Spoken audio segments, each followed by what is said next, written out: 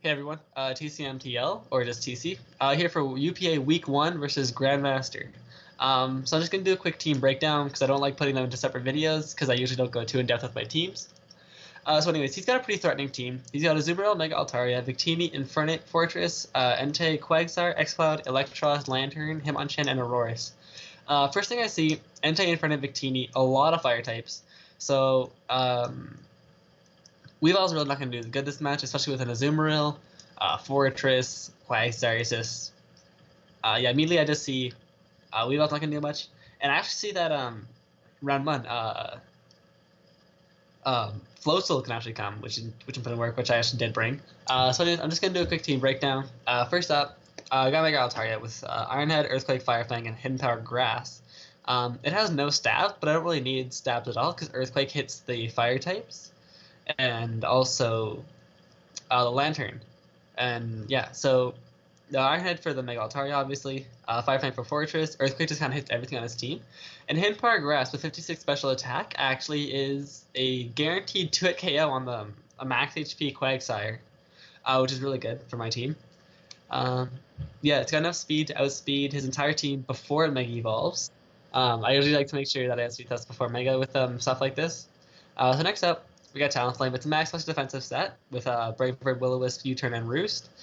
U-Turn just for momentum, Brave Bird to pick things off when they're low. Will-O-Wisp is mainly for the Mega Altaria and the Azumarill, because I feel like Azumarill might come in. Also, Quagsire could come in. Maybe even Electros, Lantern. Will-O-Wisp is just a lot. U-Turn for momentum. It's max specially defensive to take on the Altaria if it's specially offensive, and then Will-O-Wisp can burn it. It's kind of scary if he is the refresh set, but I don't really think he would be because then he'd have to try and refresh on like a switch into Weavile or whatever, and then Weavile could kind of like outplay him whatever.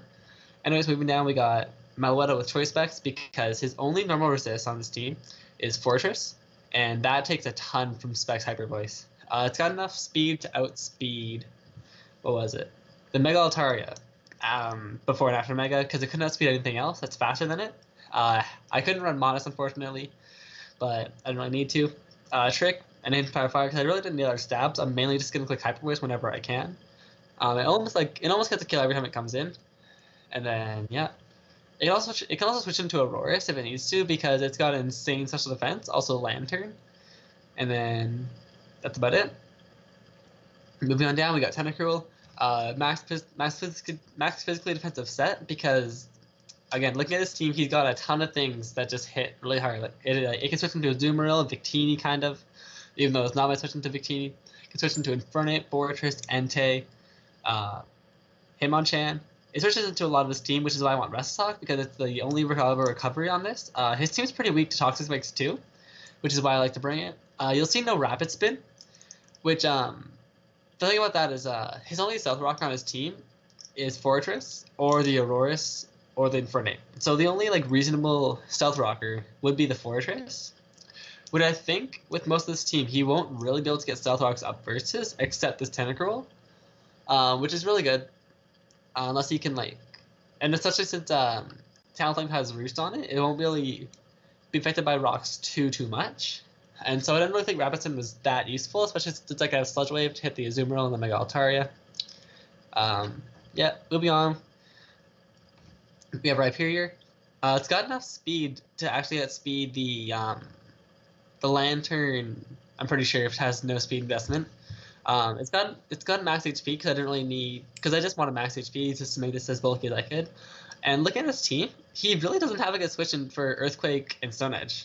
Also Fire Punch for the Fortress. So I thought that I thought about like a Rock Polish set, but I kind of wanted this to switch into Victini. That way he'd kind of have to predict it if he wanted to, which is kind of risky. And so I just gave it the. I wanted to run Rock Polish, but again, I wanted to switch into things. And then in front of this Mach Punch could pick me off, Azumarill Aqua Jet. So a lot of reasons I didn't want to bring Rock Polish, but I really thought about Rock Polish for a while. And that's about it. Oh, oops. Okay, and then last up we got Jordan.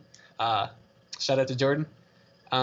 Just a Life Orb special set because, Ice Beam is just stronger than Ice Punch, and then if he wants to try and switch in Quagsire being cheeky, I got Hidden Power Grass. I have Taunt because if I predict the Fortress to go for hazards, I can just taunt it, and I didn't really need any other moves. I didn't think Aqua Jet would be necessary, And yeah, that's the team breakdown. Oh yeah, enough speed to outspeed his entire team actually. His fastest one being Infernape. If I'm not, yeah. Anyways, let's go right into the battle.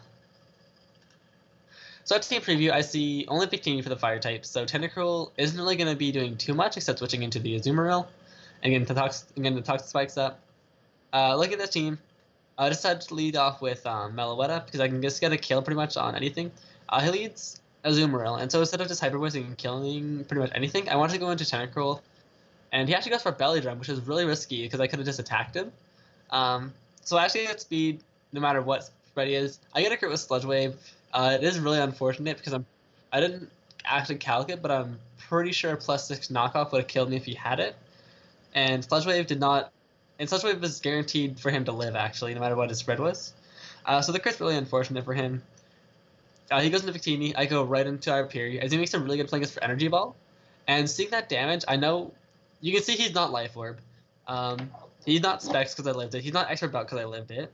And so my initial thought is that he'd be Colbur Berry to take on the Weavile to kind of like lure it in. And so I thought he might go for like a Zen Headbutt, which is why I just leave Rhyperior in as Death Fodder instead of trying to switch out and get my Rocks out later. So I go Floatzel here because I'm pretty sure he wouldn't be Scarfed, as he actually is Scarfed, does a ton of damage, and I actually make an over prediction with him Power Grass, predicting either Lantern or Quagsire.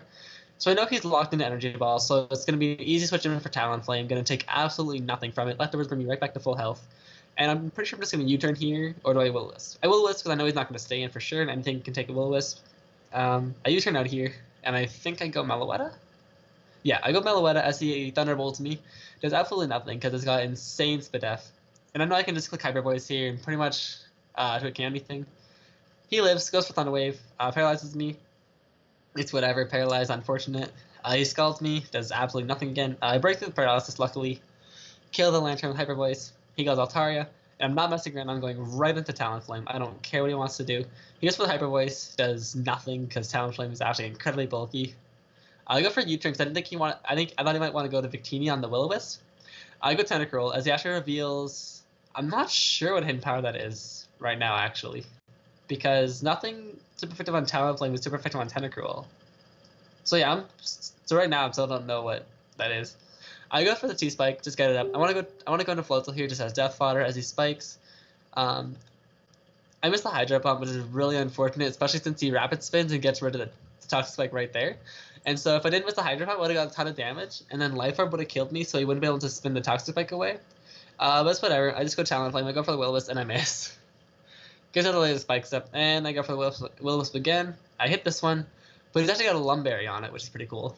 I gets some more spikes up, so he's got all his spikes up, which is kind of worrisome, except only things that Talonflame or Aerodactyl on the ground. Anyways, missed another Will-O-Wisp. I get the T-Spike up. I don't see the point of that because I can just go into Tentacruel. I miss another Will-O-Wisp, so Talonflame's just blind this battle, missing 3 Will-O-Wisps. Hitting one of those Will-O-Wisps would have meant that I would have taken way less damage from the explosion. I go for Roost because I want to see what he's going to lock himself into as he goes for Bolt Strike, because I know he could take it after losing the Flying type, and he actually paralyzes me. And so I just pray to break through, go for Viper to get some damage off as I just sack it. And so I go Aerodactyl because I know that he has to be max attack Adamant to be able to have a chance at knocking me out. And I just go for Earthquake. Seeing that damage, I know for sure the Iron Head will kill this, and I just go for it, get the kill. Putting up a kill. Now right here, I could go for Power Grass into a KO, but I need to keep it at full health so it can have a chance at living a Bolt Strike. He goes for Ice Beam actually, which is kind of cool. Even though Skull would have done more to anything. Sludge Wave took the damage off. Earth Power is here. And I'm pretty sure I just go for Sludge Wave again. Yeah, just to get more damage off. As he kills me here with Earth Power.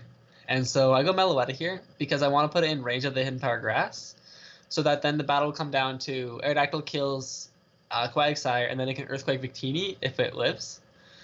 We actually take him clean out with the Hyper Voice, which is really cool. And so he actually goes for Glaciate, which doesn't kill Meloetta because it's such a beast and gets the kills. So I think his best play at the end there was going for Bolt Strike, because it would have guaranteed kill Meloetta, and if he was max Adamant or max whatever the plus attack one is, like for minus defenses. I would have had to roll an Aerodactyl. But after talking to him after the game, he actually had 100 in special attack, 100 in attack, which actually guaranteed Aerodactyl to live any hit unless he crit me. So the game was over there, but if I entered Bolt Strike, it would have only been a 2-0.